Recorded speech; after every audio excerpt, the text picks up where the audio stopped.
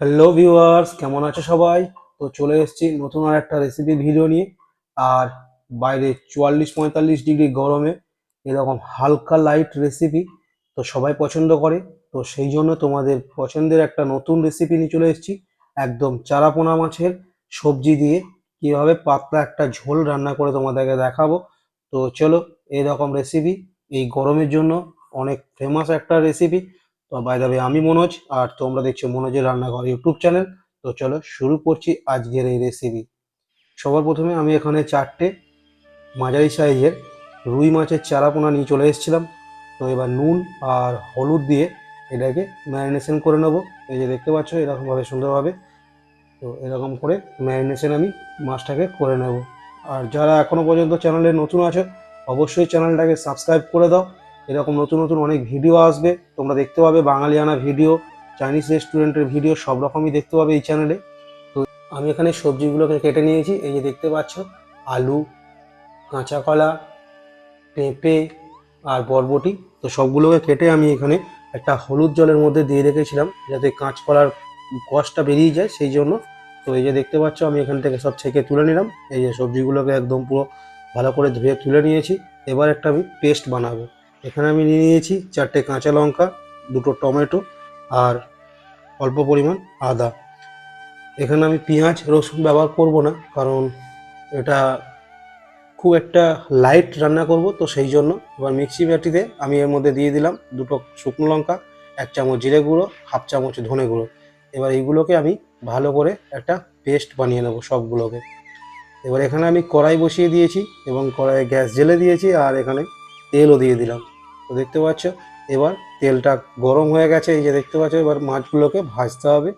তো আমি এখানে মাছগুলোকে এক এক করে সব দিয়ে মাছগুলোকে ভালো করে একটু এপিট ওপিট ভালো করে ভেজে নেব।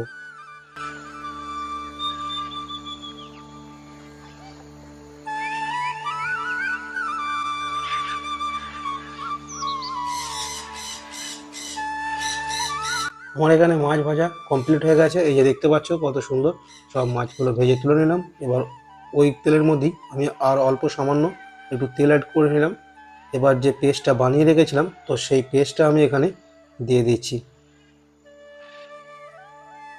সব পুরো পেস্টটা দেওয়ার পর এর মধ্যে মিক্সি বাটিটা ধুয়ে অল্প সামান্য জলও দিয়ে দিলাম। এবার এটাকে একটু ভালো করে নেড়ে ছেড়ে কষে নিতে হবে যাতে আদার গন্ধটা না থাকে। তো সেরকমভাবে এটাকে হালকা করে কষে নিতে হবে। তো তার আগে চলো আমি কিছু মশলা আরও দিয়ে দিই, যেমন হলুদ আর সামান্য পরিমাণ বা টেস্টের পরিমাণ মতন নুন।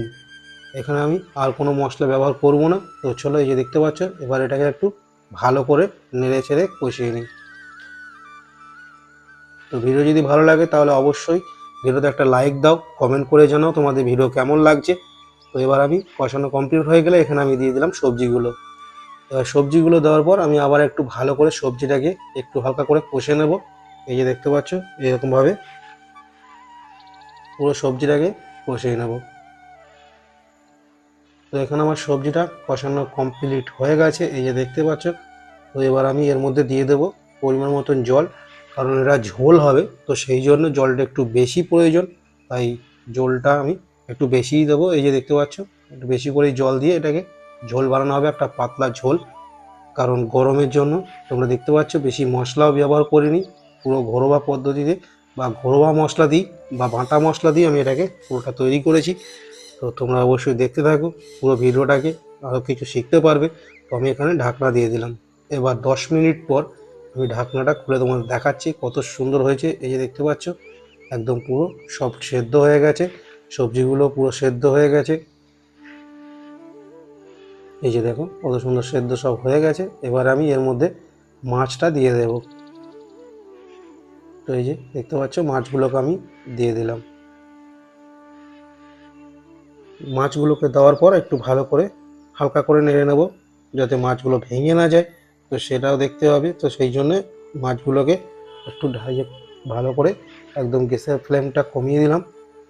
লোতে রেখে আমি এটাকে ঢাকা দিয়ে রেখে দেবো আরও 2 মিনিটের জন্য, যাতে মাছের ভিতরে মশলাটা ঢোকে। তো আমি গ্যাসের ফ্লেমটা বাড়িয়ে দিয়ে এই যে দেখতে পাচ্ছ ঢাকনাটা খুলে নিলাম। আর এরকম হয়ে গেছে, এই যে দেখতে পাচ্ছ কত সুন্দর। এবার গ্যাসটাকে বন্ধ করে দেব। তো কমপ্লিট রান্না। যদি ভালো লেগে থাকে, চ্যানেলে নতুন হয়ে থাকো তো অবশ্যই চ্যানেলটাকে সাবস্ক্রাইব করে পাশে থেকো। আর এরকম নতুন নতুন রেসিপির ভিডিওর জন্য চ্যানেলটাকে আবার বলছি, চ্যানেলটাকে অবশ্যই একটা সাবস্ক্রাইব করে রাখো। আরও নতুন নতুন অনেক রকম ভিডিও তোমরা দেখতে পাবে। এখন প্রচণ্ড গরম, তাই এরকম লাইট খাবারের জন্য তোমাদেরকে ভিডিওগুলো দিচ্ছি। হয়তো পরবর্তীতে তোমরা আরও ভালো ভালো চাইনিজ ইন্ডিয়ান খাবারগুলো দেখতে পারবে। তো সেই জন্য প্লিজ, আর যদি আজকের ভিডিওটা ভালো লেগে থাকে তাহলে কেমন লাগলো অবশ্যই কমেন্ট করে জানাও। একটা ভিডিওতে একটা লাইক দিয়ে দাও আর সবাইকে শেয়ার করো ভিডিওটা, যাতে এরকম রেসিপি সবাই দেখতে পারে, কত সুন্দর একটা লাইট রেসিপি। তো চলো, দেখা হচ্ছে এরকমই নেক্সট কোনো ভালো আর একটা রেসিপির ভিডিও নিয়ে। ততক্ষণে যেন সবাই সুস্থ থেকো, বাইরে যেও না। যদি খুব দরকার না পড়ে তাহলে অবশ্যই বাইরে বেরিও না, কারণ প্রচণ্ড রোদের গরম। তো চলো, দেখা হচ্ছে এরকমই নতুন আর একটা রেসিপির ভিডিও নিয়ে। Tata, by.